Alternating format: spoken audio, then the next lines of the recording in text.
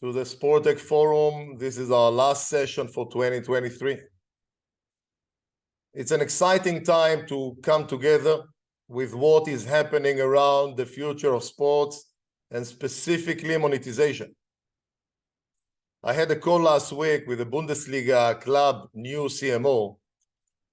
He was shocked to discover that his new team, digital infrastructure, is antique, going back 20 years, causing real impact on the bottom line.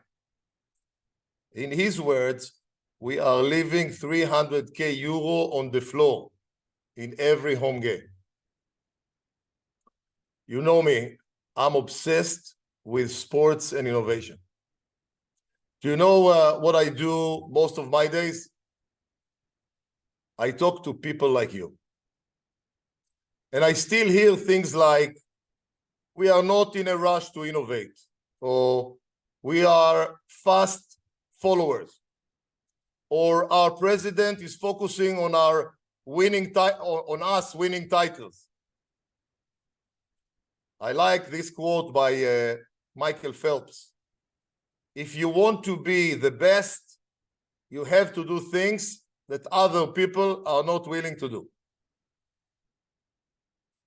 So let me invite you to consider that the current crossroad we are in terms of innovation, in terms of tech boom, is bigger than the dot-com era.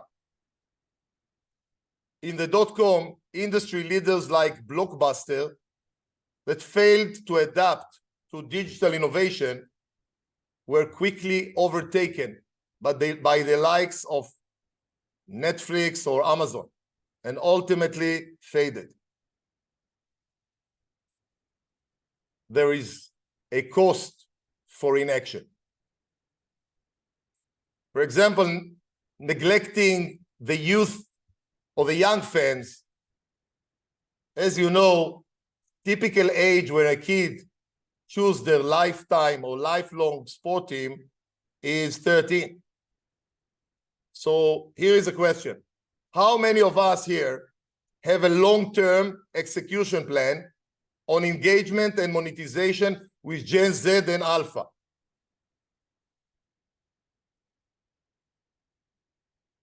We'll see, we are not just missing out on fans, we are losing future ambassadors of our brand and a potential lifetime loss of revenue and loyalty. It's clear that overlooking new platforms, new monetization platforms, we are not only missing tons of opportunities, but also missing significant part of the fun. So guess what? We have a special session today focusing exactly on this. As they say, we didn't come this far to only come this far. Today, it's about sharing practical ideas, brainstorming. We have here 5 industry leaders that are already creating outstanding results. And they have promised me that today they will share with us some of this magic. One more thing. To make sure you are leaving this session today with something tangible or with actionable items, allowing you to start the new year with power, I have a request. Please take a few seconds and write for yourself 2 or 3 topics that you would like to take to the next level in 2024. Topics that, if you're honest with yourself, you're still not where you want to be. Let's say you give yourself 6 out of 10, or even 9 out of 10. You want to be 10. It could be anything. Hospitality, OTT, match day, off-season, personalization, you name it. I believe that once you have this specific topic for today, this session will move from theoretical to practical, From just a bunch of good ideas by nice people to a fast track to win your goals for Q1. So before we start, some housekeeping. First of all, as some of you may know, due to the current situation in Israel, there could be an alarm. So if there is one, I will need to go to a shelter for 5 minutes. Then Mariana will take over until I'm back. Let's hope this is not happening. Paul, stand by, because in the middle of the session, we will do an interesting poll for you so you can vote, and we'll share the outcomes towards the end of the session. As usual, we will allow a couple of questions in the end, pending the time that we will have left. So are we ready to start? Okay, so let's start with our guests. And I would like to ask you to introduce yourself. So let's start with Jonathan. Thank you very much, Amir, and thank you, everybody, for attending today. It's a pleasure and an honor to be here. My name is Jonathan Summers. I'm currently the Vice President of Esports and REG Franchise Operations, which stands for Rock Entertainment Group. I am originally from Cleveland, where we are based here. I've been with the organization over 7 years. Prior to being with the Cavaliers, I spent time, about 15 plus years, in the sports and media industry, primarily in digital media and partnerships, with time at both ESPN and Twitter. My role at the Cavaliers organization has evolved over the years. At first, I led our digital monetization and partnerships strategy. So really taking a step back to look at how we strategize and then ultimately monetize our app, web, and social media. From there, led our solutions and strategy, which is our corporate strategy team creation. I've also taken on lead of our esports operation. We participate in the NBA 2K League going on season 7. We also have a esports and gaming facility located 10 minutes away from our arena, which is 2,500 square feet, which we use for a variety of esports, gaming, STEM, and IT purposes. And then lastly, I lead our international strategy and operations as well, most notably our work in South America and Brazil, where we look to grow the game of basketball and our footprint in the Cavaliers brand as well. So again, very honored to be here today and appreciate the opportunity. Thank you, Amir. Thank you, Jonathan. Let's move to Kyle. Hello, thank you again, Amir, Mariana, for hosting. Honored to be here with the rest of the folks on the panel. My name is Kyle Mathiot. I work for the Philadelphia Union in Major League Soccer. Been with the club for almost 10 years at this point. I joined in 2014 to start the business analytics team. And in recent years, I've also kind of become responsible for all IT and tech for the club as well. When I joined the club, I was asked to use data, tech, and innovation to grow revenue, grow relevance in the marketplace. And I'd say, in the early years, we put a lot of work into our back-end systems, our CRM platforms, our digital marketing platforms, and have really grown those. And the club is young. We're only 15 years old. And we're still growing a lot away from an infrastructure standpoint and different things that are developing here. And so we've kind of been able to scale our systems along with those and find new opportunities as we go. So happy to share some of the things we're doing here in Philly and soccer. Thank you, Kyle. Christa. Hello, thank you for having me. It's great to be here. I'm Christa Stout, I'm the Chief Strategy and Innovation Officer at the Portland Trailblazers, the NBA team in Portland, Oregon. I oversee strategy and analytics, technology, digital innovation, our esports team. And then this year I launched and oversee our G League team, which really sort of serves as the innovation studio for the Blazers overall company. So excited to be here. Thank you, Charlie. Good morning, Amir. Thanks for having me. It's great to be part of this great panel today. My name is Charlie Shin, Vice President of Analytic and Digital Innovation with the Indianapolis Colts. I've been with the club 3 years now. I oversee the strategic planning as well as all things data, from a collection to analytics to activations across our media channels, from a web app to emails and push and notifications. And then all of the technology that enables everything that I just mentioned. So it's exciting to be at the club. Prior to joining the Colts, I was with Major League Soccer for 15 seasons in a similar capacity. So it's been exciting to kind of see the growth of the league and having been part of that for many years. Excited to be part of today's session and forum, and looking forward to a lot of good conversations today. Thank you, Charlie. And Moon, you are currently our representative, also representing outside of the US, as you are in London now, yeah? Absolutely, yes. So Moon Javaid, I've spent 10 years at the 49ers, starting as an analyst, starting our business strategy team in 2013. Left most recently as a chief strategy officer, covering areas such as our business intelligence team, data warehouse, food and beverage, and retail. While I was at the 49ers in about 2017, helped to found Elevate, and in particular, Elevate Insights Group, which is focused on feasibility studies and helping teams out with things such as ticket pricing, food and beverage, or other strategic areas. And then most recently moved over full-time to Elevate to help start our Elevate International office in London. So I've moved across the pond as of July of this year. Great. Okay, so I think we're good to go. I would like to start with, they say that the fear of losing is always greater than the desire to gain. And Jonathan, in our first conversation, you shared some of the actions your team has done with regards to the overall digital platforms. And also, you shared that there are places, as you can see, in other clubs, teams, brands of sports, that they are losing out and they're really not using the maximum potential of their property. Yeah. Can you share a little bit of where are those missing points that people are missing out or they're overlooking?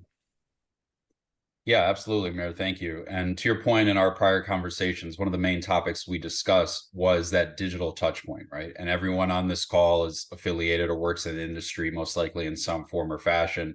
And we understand the excitement that, the live events bring to the game, but it is a major sticking point for our organization, as I assume it is for others, that over 99% of our fans are never going to step foot at our games and in our arena. So we have to assume that we're talking to people that will never see a game live. And when you work under that assumption, it changes the mindset in terms of the content that you produce, the access that you have to give, the rewards and benefits, and things of that nature. From a monetization standpoint, they go hand in glove. One hand really does wash the other. And what we found is the more we've increased that access, that content, those touch points, that is what the partners are looking for. That is what is bringing in the revenue dollars for us from a digital standpoint. Obviously, we all know on the digital front, that is where, the eyeballs continue to trend. And we know that where eyeballs trend, that's where brands and dollars follow. But gone are the days of the, plays of the week, plays of the month with the logos. While those still exist, those don't stop the scroll, right? It's all about what's going to stop users from scrolling and actually digesting what it is you're putting forward. So putting forward, relevant, timely, never before seen content that is going to engage fans, that is ultimately where you're going to unlock new dollars from partners, in our opinion, moving forward. So you emphasize on content in the last part of your conversation, but what about platforms that are not being utilized, or where are brands missing out? Yeah, I'll speak briefly to mine, and then I'm sure I could open it up to the group with a ton of experts. And I know Christa spoke as well to her involvement in the NBA 2K League, which we are as well. And we've been in the league similarly for 7 years. But what we noticed early on was that while the NBA 2K League is wonderful in and of itself, it's one kind of quote unquote star in the galaxy of stars of gaming and esports. And gaming and esports for us was a never really before tapped into platform, to your point, Amir, right? For years, we have been offering basketball. We've been offering hockey because those are our two primary sports under our umbrella. But gaming and esports really is for everybody, whether it's Pac-Man or Tetris or Mario Kart or League of Legends or Fortnite.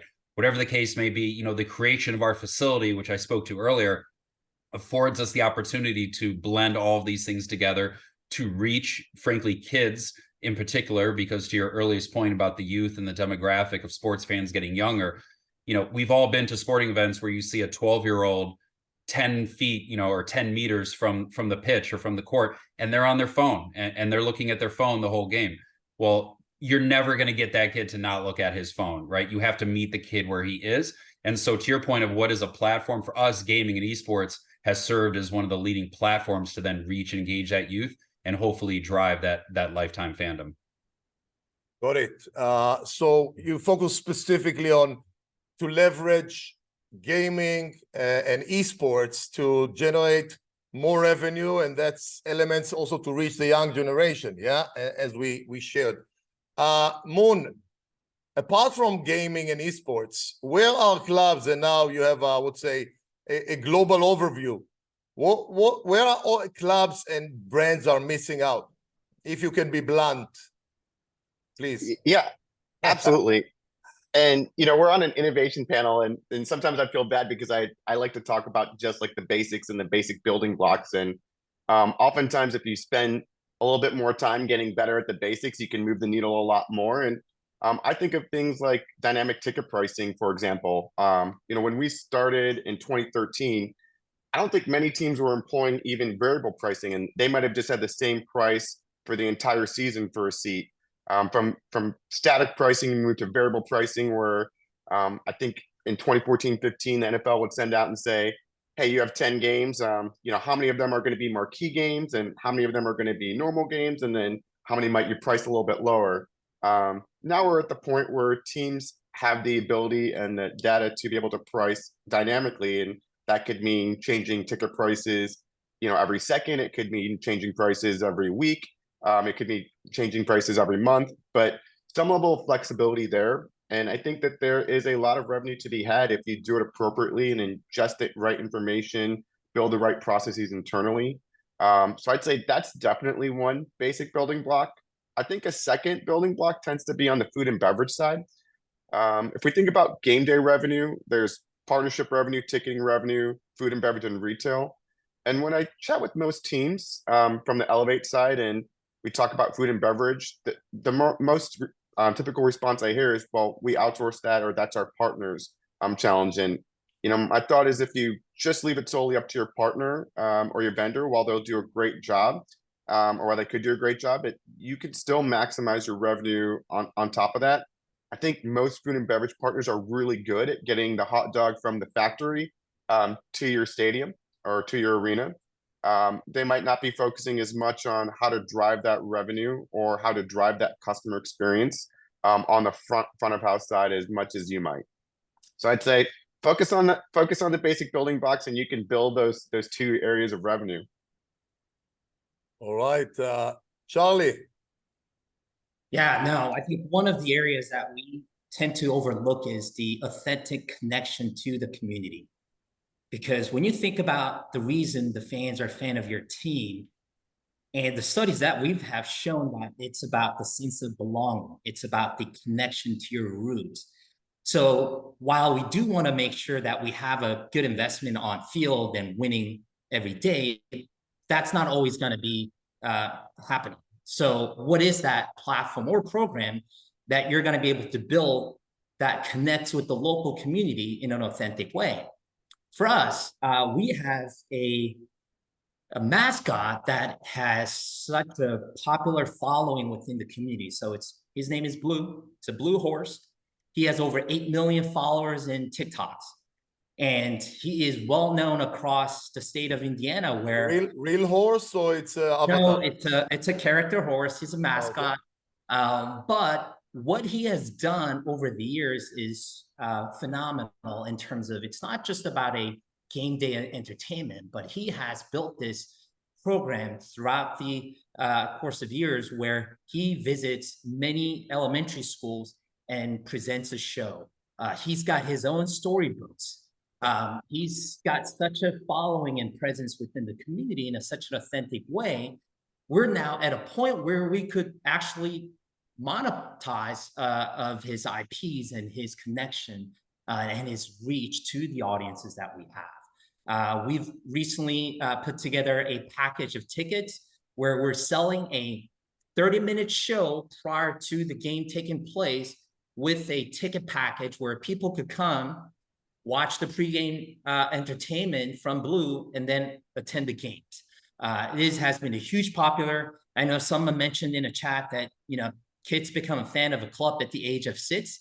This is where we're able to really touch on these audiences in an authentic way, being able to talk about not just about the gaming, but there's a lot of different topics that he addresses that may not be easy for just the teams to discuss, or even players. So that's been one of the areas that have built over the years that has really become an icon within our team that we're able to now really leverage across our partners, with our fans and audiences. Yeah. Yeah, we can Google the Blue Horse as later on. Christa, you've been leading a few digital transformations initiative within the team.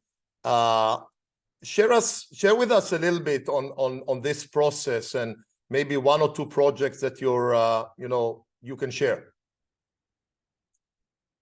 About current work that we're doing, or work we've done in the past? The past will allow us to see some results. Yeah, some impact. Yeah, I think, I appreciate Moon's point about building blocks. I think sometimes I actually still have conversations as recently as last week where people are shocked to hear that we sell suites in our sleep. And it's because a lot of teams still believe that people want to talk to someone before they make a big purchase. So, and I can talk about it later, but one of the things that's really big for us is just having a culture of innovation, a culture of just trying things. Sorry, Christa, it's only Americans that doesn't want to talk to anybody. Is that true? Maybe. No. It might be true. But it's funny you say that, because someone in our sales and marketing meeting was like, why can't I buy a suite online? I just bought a car online. And exactly. Tesla you buy online. Yeah. And so, years ago, we had this hypothesis that maybe since we buy things on Instagram at night in bed, maybe other people are also doing things like that. So let's try to put all of our products online and use paid media and other strategies to reach people at different times of day and, different audiences, all of that. And, turns out people are buying season tickets, suites, very, very expensive products with huge commitments online without talking to anyone. And that was something, again, to Moon's point, that at the time felt crazy. Everyone's website just said, if you're interested in season tickets, call this number. So, again, just one example of trying new things, being willing to try new things, and then also just focusing on the fundamentals to significantly increase revenue. Great. So that's an example of capitalizing or using innovative platforms to generate revenue and to be more efficient. Kyle, I know you have done some interesting, I would say, initiatives around ticketing, and maybe you can share a little bit about how you see the main topics that you took forward in terms of generating new revenue for the team. Sure. I want to follow up on something Christa just said, because it's interesting. We had this conversation in a team meeting last week. We want to do advertising for some premium inventory that we're trying to sell, and measuring the impact of that's a little different, right? Because I can't just send somebody to a shopping cart page and they add the suite and check out. They still have to call in and talk to a person. And so we were trying to think through, how do we want to really set up our advertising campaign that we can kind of track and measure the performance of it. So it's interesting to hear you're having success with that. And it's something we'll think about internally here. Ticket pricing, I echo a lot of what Moon said. When I came to the club, we were static and moved into variable pricing. And the first year we were variable, we had sold almost the exact same amount of tickets as the previous season and had grown our revenue in the 15 to 20% range. So just going from a static price to 4 tiers of pricing alone was enough. We're now dynamically priced. We try to really mirror the secondary market. I think we've seen if the tickets are underpriced, they get sold very quickly and then flipped immediately to the secondary market, where then they're kind of land at their true value relative to where the fan base is kind of sitting. So we've put a lot of thought into aligning our ticket prices with the secondary market. We do dynamically price. We're more manual, and kind of, maybe once a day we'll look at reports and kind of shift the prices up and down. But again, we've seen a lot of impact, and just trying to stay aligned with the secondary market. Got it. I know AI is, the big elephant, big elephants all around us. Moon, I want to start with you. We recently created a project for a team in Holland where we managed to take their fan experience from 200K on average to a few millions by introducing few simple platforms that created a new level of engagement. And again, that's AI, that's personalization. What's your thoughts regarding AI, like tangible? I know you're looking at tangible AI tools. We have clubs, teams, federations, sport properties on the line. What would you invite them to do now in terms of making sure the first quarter in 2024 will be full of good, I would say, implementation or tests of new platforms? Long question. Yeah. Well, I think I'm generally very supportive of AI. I think that the sports industry as a whole might not be the earliest of adopters when it comes to new technologies and platforms. But I think one very, very easy way to dip your toe into AI is to turn on the Zoom AI feature. It's really quite good at summarizing your meeting and putting next action steps. So I think that that's definitely one easy way that you can dip your toes into AI. I think moving past that, what we talk about at Elevate is really how AI can help us solve 80% of our problems or analyses that we're doing, but there's still sort of the last mile problem or the remaining 20%. So I think my philosophy tends to be that there still needs to be some human level of component that comes towards the end of an analysis, but you could feed in a lot of ticketing data that you're ingesting from secondary sources and your own primary data, and it will spit out a pretty decent pricing map for you and suggest some pricing changes. That's one way which you can leverage AI. Now, would I just take what it says verbatim? I probably would not at this point. There's still things that it doesn't necessarily account for. For example, is Aaron Rodgers going to play this Sunday or not? If he does or doesn't, that the pricing probably is a little bit different. Or if players are not going to play in some of these college football games. Those are some slight things that I don't think AI would adjust to. But I think the more you dip your toes into it and you just start to play with it and see how it is, even if you're going to use your own team or humans to do the overall analysis at the end of the day, it's a good additional touch point or reference point that you can use on a wide variety of pieces. Yeah, and that's, I believe, ChatGPT with regards to the analysis tools, or no? So at Elevate, we're building our own internal tools to help us do things like feasibility studies, where we can help a team out with a new stadium or arena renovation.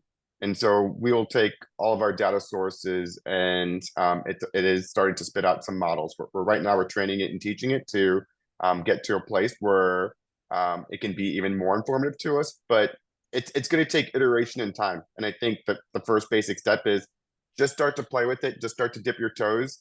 And then I think we'll start to see probably its usage be a lot more pervasive in, call it 3 to 5 years, after teams have gotten familiar with it and individuals have gotten comfortable with it. Yeah. It's quite funny. In the past, we used to write our own blogs. Suddenly it was very cool. And then you had your own podcast. Who doesn't have a podcast in the crowd? Yeah. And now it's having your own ChatGPT, like on your own AI realm. Okay.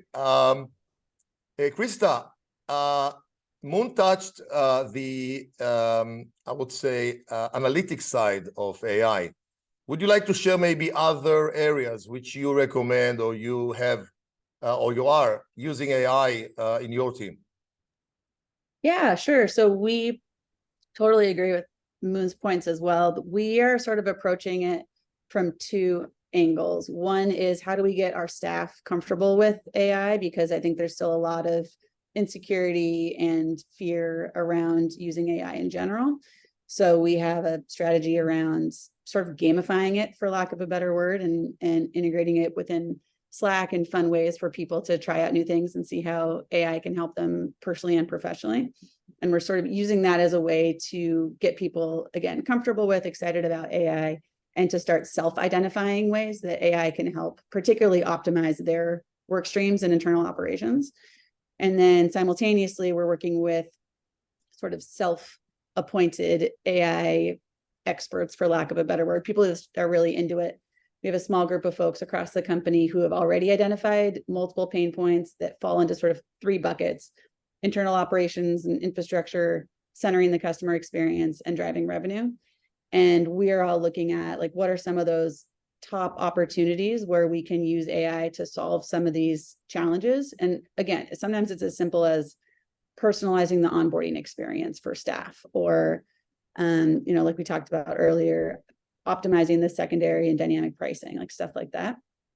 And we are starting to pilot and prototype some solutions that we've identified as like the potential high impact solutions, again, alongside just starting to increase staff's comfort with the tools. So I'm bullish. I'm excited about it. I think we have to work through, there's obviously a huge change management element, and then just individual fear of losing jobs, fear of whatever. I heard Scott Galloway say recently, AI isn't going to take your job, at least not right now, but someone who knows how to use AI will. And so just like helping people realize that AI is going to help them now and in the longer term has been a focus as well. Okay, thank you, Christa, for this. We will touch more on AI and also practical, tangible platforms that our audiences can use this quarter in terms of really real case studies.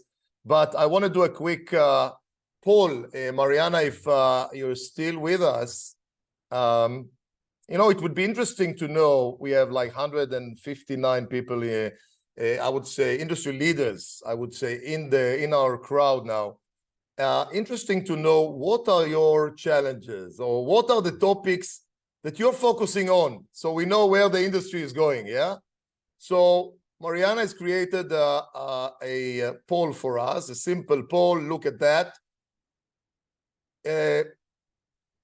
I'll read it out loud. What would you say could be the biggest opportunity for you to focus for Q1 2022? I mean, it could be even taking you from 8 to 10, yeah? Or what is the gap that you want to kill, yeah? You want to take over in Q1? Is it customer experience, Gen Z, fans globalization, hospitality, increasing merchandise revenue, increasing? You can choose, I would say 3, but feel free to, if it's other, can add other. This will give us a nice breakdown. Yeah, guys. Yeah, okay. Take a couple of more seconds, please. Put your topics here.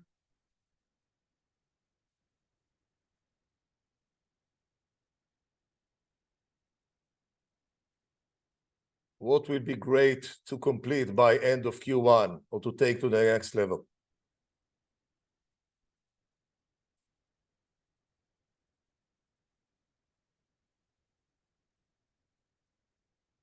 All right. Numbers are still going up. Great. Okay, and one other question. Recently, just to a quick, we've done a project for one of the big brands in the US, and they asked us to look at 9 different departments and see the gaps between when they want to be and where they are.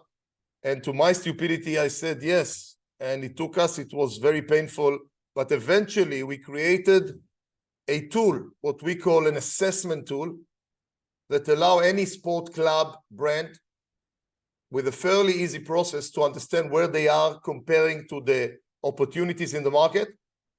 Let's say, I don't know, 6, 7, comparing to the benchmark of what is possible. And if you would like to look at 1 or 2 tools like this and learn more, just Mariana will send you the question now. If you would like to learn more about the assessment tool, just write yes. If it's not for you, not your focus, all good. Give you a couple of seconds. The assessment tool to allow you to get a picture of where you are on the different elements of SportsTech.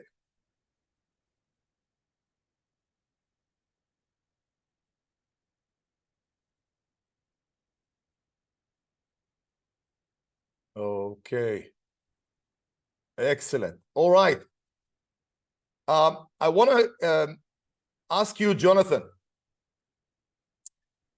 you know, if I would pull you out of your hectic life in the US and bring you to anywhere, I don't know, to Europe, and ask you for Q1, what are the main focus that I should take as a club or a team to boost my revenue, bearing in mind that I want to do a quick win to enroll my board that innovation is a good place to focus on?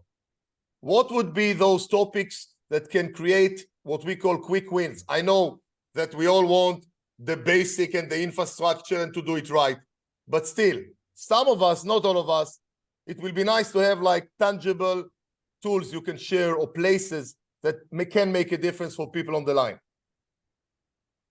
Yeah, I would say, you know, it's a combination of what Moon was describing earlier of the basic blocking and tackling versus the innovation end of the spectrum, which we're discussing. I can tell you from my experience, obviously, I'm not the foremost expert on this call, but to your question of an American coming over to Europe and observing the differences and things that we have noticed and areas of opportunity, you know, there's such a disparity and difference between what you see in one arena and stadium versus another, from signage to ingress, egress to VIP areas. And you know, there's a multitude of factors that lead to that discrepancy. But I think, you know, when you come to the US, I think at this point, you're more accustomed to see a base level of singularity from one arena or event to the next. And I don't think you see that yet in the European marketplace.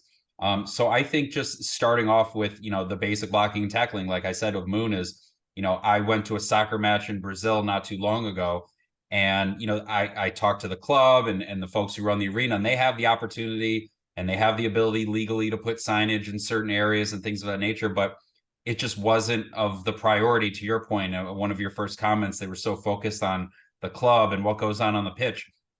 But I think that oftentimes the lift is not as large as clubs might think to make these slight changes. And I think if you put that stake in the ground and get it done sooner rather than later, you know, you can start seeing the returns earlier. But I think just modernizing the arenas in particular, in terms of what they're offering from a fan engagement, signage, hospitality, VIP, you name it. Some clubs and event spaces are wonderful, but some could definitely alter their operations. That's great. And I think I heard match day and beyond. Kyle, maybe you can jump in here. Yeah, I would add just focus on growing your customer database. I think there's things you can do that are very low cost or free, whether they're different types of contests or sweepstakes or interest forms that can help collect fan data. And I think pulling that fan data together then enables you to do sales and marketing after the event. And Jonathan touched on this earlier. I mean, I think our business is turning more and more into content. And so I think the more people you can get that content in front of, the better. So growing that customer fan base really just gives you the foundation to try to build these different revenue streams on top of. Got it. Moon, speaking about customer base and globalization, I know you've been to the 49ers, and I know there is a growing element now going global with, you know, games in London and in other parts of the world. What about globalization tools that people can use now if you mentioned Jonathan Brazil, if I'm I don't know, Vasco da Gama, I want to bring, 500,000 fans from the world. What are the available tools that you have used or that you're aware of that people can start with? That's a good question. I put you on the spot now, Moon. Yeah, that's a good question. I think, first and foremost, I think before using a platform, it's doing a little bit of research and setting up a strategy. For example, 49ers made the recent acquisition of Leeds United, and we have a globalization strategy at Leeds United. And we didn't just say we're going to pursue the globe and every country in the world, but we went out and we looked at some of our internal data, and even looking at things like our social media followers and who's following us and where revenue's coming in from. And we noticed we had countries where there was higher pockets of attention and revenue that was being generated. In South America, in Asia, there was two definite pockets, and it centered around who our current players were at the time, but there were some that were even not centered around. So we developed our strategy for those areas, the areas that were showing us the most interest. We decided that we wanted to go into those areas, and then from there we set about our objectives. What did we want to achieve? For us, it was really about retail and youth participation. So looking at soccer camps for something like Leeds United in varying countries, and then looking at how we could set up retail. Now, retail for the Premier League is different than retail within some of the big four sports in the US, where you might not necessarily have the global rights to be able to monetize effectively. But that's not really answering on the platforms that we use. So I think it just starts with, just some good old fashioned like research and understanding where you should go first before you go out and try and take over the world. If anybody wants to barge in here regarding platforms, feel free. Just Moon, to tease you a bit, I think it's a good time to match the VIP experience at Ellen Road to what you have in the 49ers. Well, like totally different worlds, like undescribable. It's Ellen Road is a very historic stadium. I think it's close to close to 100 years old. It's amazing. Yes. But I mean, innovation wise. Yeah. Absolutely. Innovation wise, when I come to the stadium, what kind of messages do I get? I come to the VIP. What is the kind of data I can get? Analytics. Anyway, that's a good challenge to have. Amir, I'll throw in another point there. You talked about some of the areas that we need to be thinking about in future. I think one of the areas that's been kind of haven't changed over the years is that the traditional model that we have around our product mix. For many years, in terms of the ticket product mix that we have season tickets, we have single, group, package. I mean, this mix hasn't changed for last 20 some odd years. And I think we need to think about what is the needs that our consumers have, because their behaviors have changed, but we still maintain how we're selling it because that's been easy for us in terms of having a financial stabilities and also not being able to address any frictions that exist from different technology platforms and how the purchases are made. So I think that's an area that we got to continue to think about and address. What is the needs of our consumers? They want more flexibility.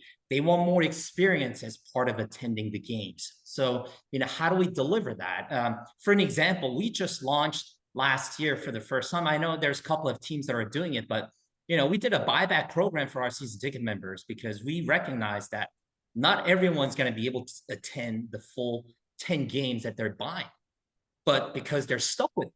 Now they're kind of impacting the secondary market because they're going out there putting tickets at a price that should not be sold in the secondary markets to what it's actually valued at. So, how do we remove that friction that existed in the market? And what we decided to do was buy back those tickets that they're not going to be using and give them credit back to future purchase. So it addressed their needs. It helped us kind of address our secondary market pricing issues, and everyone's happy.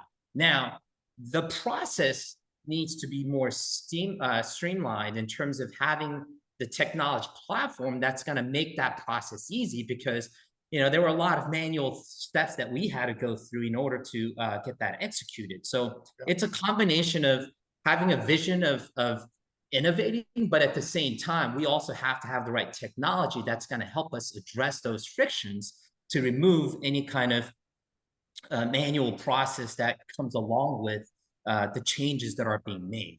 Another example, it's not with us, but I love what the 49ers have done in terms of putting together a all-inclusive package where, you become a season ticket member and you have all-inclusive access to FMB without having a dedicated space for like a club or other premium spaces. Yeah. Again, because they recognize that there were high demands of people wanting to not worry about, hey, how much more money do I need to spend for FMBs and having to go through that. So I think these are areas that we got to continue to think about. How do we evolve in putting together a ticketing product mix that really reflects what the consumers are looking for in this era? That's creativity that I think we all are looking for in all areas. Kyle, you didn't need much creativity. You have Messi there, yeah, in the MLS. Yeah, he solves all your problems when Miami comes to town, right? It's been fascinating to see MLS kind of adapt to this, because a single game price for Miami is 10x what another opponent might be. There's been a lot of you're selling your tickets 10x time when it's against Messi. I think that's an average. That's allowed. That's a guess about what you're seeing across the league. Yeah. Wow. Yeah, so we go back to dynamically pricing the ticket, right? If I sell the Miami ticket at the same price as the Real Salt Lake ticket, it's going to hit the secondary market and go up. I'm not a ticketing expert in Europe. I don't think you're allowed to do it, but okay. What else is happening there in the MLS? Tell us, Sky. I think what you're seeing, what's interesting with Messi is how different teams are using teams that are sold out and don't have much inventory are really trying to maximize that Miami game and find different ways to push that ticket price. Teams that have larger stadiums or have a lot of inventory to move are taking different approaches, right? They're putting that game into a package and trying to sell, getting back to what Charlie said a little bit, trying to sell that more traditional full season package and moving the rest of the games and trying to get attendance up for games outside of the Miami game in different ways. So I think it's been, I think it's really shifted some ways different teams think through how they can deploy this game into their packages and kind of bring the value of the whole season up a little bit. Got it. Now, I want to move to another topic and then maybe to allow a couple of questions from the crowd. Christa, I know you are, as a team, are putting a lot of efforts into the culture and the innovative culture of the team. Yeah. And I must say that this would, working with teams, clubs, we find sometimes this challenge as a bottleneck for doing anything. Because you may have a champion that loves to do innovation, but the culture of the club, the culture of the team, the federation, the brand is non-starter. There is few figures there that are not really in the game of, I would say, changing. And we know this from, any other, change is not something that we as human beings embrace always, yeah? Especially if it can jeopardize the way we work or our routine or whatever. What have you done because I know there are, some stuff you've done there which really transformed the business. Tell us. Yeah, I mean, I think it also goes back to your philosophy. I don't know if that was you or someone else that said what you said earlier. We didn't come this far to only come this far. And I think we really embrace that. And yeah, it starts at the top, like our leader has to be on board with that, but we have to do a lot internally to continue to push a culture of innovation. And for us, that literally just means making sure people are willing to try and willing to fail and willing to learn. And so, and I can give an example to Charlie's point earlier too, about how that's benefited us. But before I do, I'll just say, I think what we've had to do is be very explicit that innovation is a core value of ours. So when we redid our mission, vision, and values 5 or 6 years ago, innovation rose to the top as one of our core values. It is something we shout out in our company-wide kudos. This person tried this person did this, whatnot. Second thing is I think you have to hold people accountable to it. So innovation is actually in our performance management system. So if you, like, I can think of multiple examples of people who got promoted, honestly, kind of like a, hey, we think you might be able to do this. We're going to try it, because you are willing to try new things and get things done. And people who have been let go and people who have not gotten promoted because they are blocks to innovation. What about the relationship with failure? Yes, that's big too. So we talk about it, we share it, it's not quite to this point, but I have suggested like reading mean tweets about ourselves, basically about like, as a leadership team saying, hey, this is the thing that I messed up. This was my biggest miss last quarter. This was my biggest miss last year, but here's what I learned from it. And I could give a million examples of that too. But the third thing, in addition to being explicit, it's in our values, holding people accountable to it in performance management. The third thing is that our leadership team has to demonstrate and support other people who try. So I'm the first person in our sales and marketing meeting to say, like, hey, we tried increasing X, Y, and Z, or we tried the holiday hangover pack. It failed. Why did it fail? What can we learn from that? It was my idea. I thought it would work. It didn't. Right. So like just demonstrating that like we can have ideas that don't work as long as we're learning for them, and like modeling that for other people and encouraging it. So as an example, to Charlie's point about consumer behavior changing, coming out of COVID, we had this hypothesis that people were more comfortable at home, not wanting to come back as much, not wanting to commit as much, because we were seeing season ticket sales dip. And so someone on our team said, well, what if we created a new option for people where they got a text message 2 days before the game that gave them access, a one-click access to buy a ticket? And we're like, let's try it. And so again, the hypothesis is people don't want to commit, but it's not that they don't want to go. So we looked at our single game purchasers who purchased within 3-4 days of games, created lookalike audiences with paid media, and built a list of people who fit that sort of audience. And they opted in, and we would just text them 2 days before the game if we had tickets and like whatever amount of inventory we wanted to push. And it wasn't a guarantee. So if they wanted a guaranteed ticket, they had to go ahead and get it. And then it was one click to purchase a $10 300 level ticket for that game, and with the chance of getting upgraded to 100 or 200 level if they had it. So for people, it's like a reminder. It's easy. Yep. It's, if I'm free, I'll go. It's one click. I can bring a friend, whatever. Charlie, thank you, Christa. Just being aware of time, I want to allow also Charlie to share a little bit about the innovative DNA, which I know is important. Yeah, I'll just say that like it moved the needle and is an example of like letting people try things has been really successful for us. Yes. I think all the idea of the relationship with failure is something that the US is in different place, and we can learn from. Charlie, please. Absolutely. I think Christa's spot on in terms of the importance of all the elements that she addressed. You know, we talk about technologies and datas, but at the end of the day, it comes down to people that needs to execute and plan this. So fundamentally it comes to having the right process and the right organization, culture, and the resource to execute innovation within an organization. So certainly it's important to have the top commitment, but one of the things that we try to do is how do we make sure that we're impacting the staffs as well as embracing everyone into the concept. So one of the things that we've worked on is having the right KPIs in place, because people behave the way that they're measured. And for many years, and still do for many organizations, it's very the lagging indicator, driven by the lagging indicator. What that means, it's all about revenues. It's all about number of season ticket members. It's all about conversions. So a lot of people tend to be short-sighted. And when you're short-sighted, there's very limitations of innovation going into that process. First is, how do we shift that mindset to become more consumer-oriented? Meaning, how do we focus more on the leading indicators, like the customers' awareness, perception, satisfaction, experience?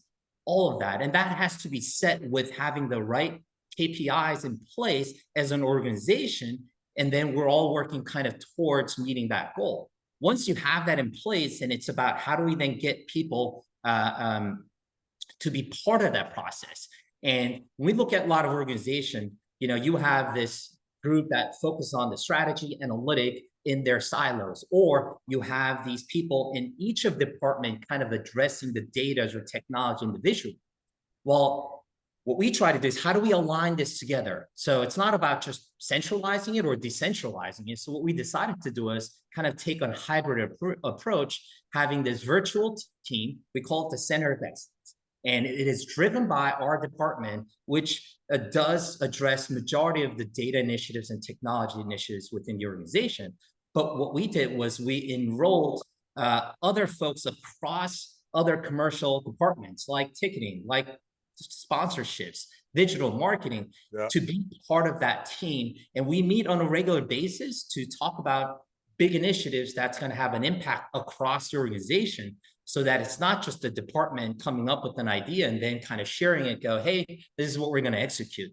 We try to get inputs and share those insights across departments, so we know what are some of the constraints, what are some of the considerations that we need to be thinking about, without having to have everyone live in that one single department. So that's kind of how we've been trying to evangelize the innovations across the organization. Yeah, I'm sure we could have talked about this specific topic. I think it's one of the most underrated topics of our industry, our innovation culture, or DNA, as you know, Christa and Charlie, you emphasize. And I think if there is one place I would start probably looking at the next year, is to look at creating, adding this to the value of the brand, and looking at the implementation process.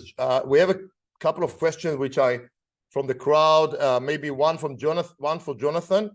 With the younger audience, how are the teams using AI, data, NLP, ML on fantasy and betting behaviors to determine or to predict broadcasts, viewership or stream? Basically, AI, when you're in the esports and fantasy betting realm, are you using AI to understand better the young audience?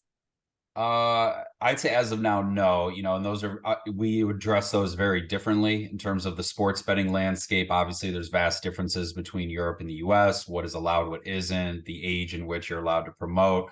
So no, that's a separate entity unto itself. I'd say quick answer, no. We have not really tapped into AI with regard to driving a younger audience. It really goes back to my point earlier of just the platform itself of gaming. Got it.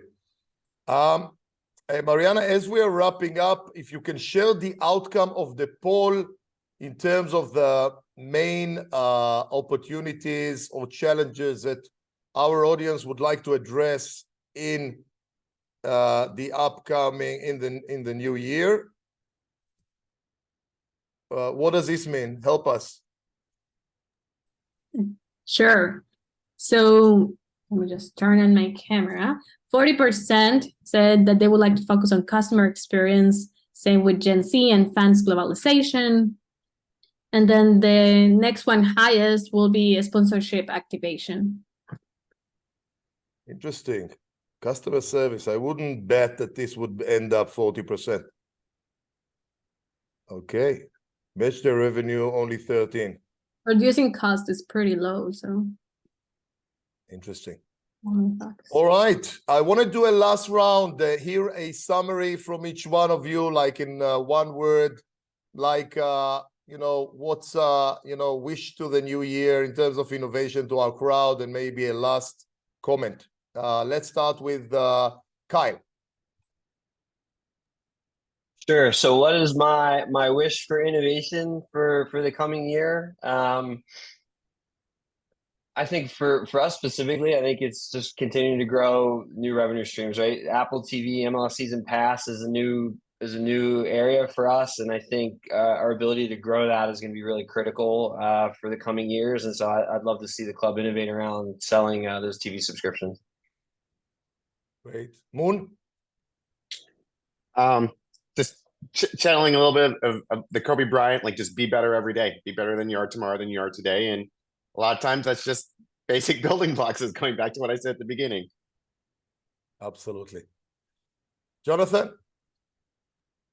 For us specifically at our organization, I'll use globalization just because it's a term that was used earlier today from others, and recognizing that whether it be football or basketball or gaming, there are certain entities in sports that truly are global. And so our ability to reach, engage, and develop a fan in Europe should be almost equivalent as it is for a fan in the States. So really reaching all youth everywhere is our goal. All right, Charlie? There's a phrase I like to share with our team often, which is, how do you eat an elephant? Which is one bite at a time, right? Don't try to solve the world problem. Start small, focus on an area that you want to innovate, and then get a quick win and use that as a springboard for future opportunities. Christa? Yeah, for us, I think a big focus is actually on cost reduction. It's funny that it was rated low, but you know, the bottom line isn't just about revenue, it's about reducing costs. And I think AI has a huge opportunity to help streamline and optimize processes. So that'll be a big focus for us. Great. Again, it's challenging. 1 hour. I think we could have easily do 2, but I think there were great ideas, insights today, and I hope our audiences think the same. I want to thank each one of you, our speakers today, Charlie, Kyle, Jonathan, Moon, Christa. I want to thank Mariana and the team. And remember, the journey doesn't end here. Let's take the insights, the ideas we got today and turn them into action. I would like to finalize with a Jordan Belfort quote. Every time you say I can or I can't, you're right either way. Happy holidays, and let's keep the momentum going until the next time. Bye from Tel Aviv.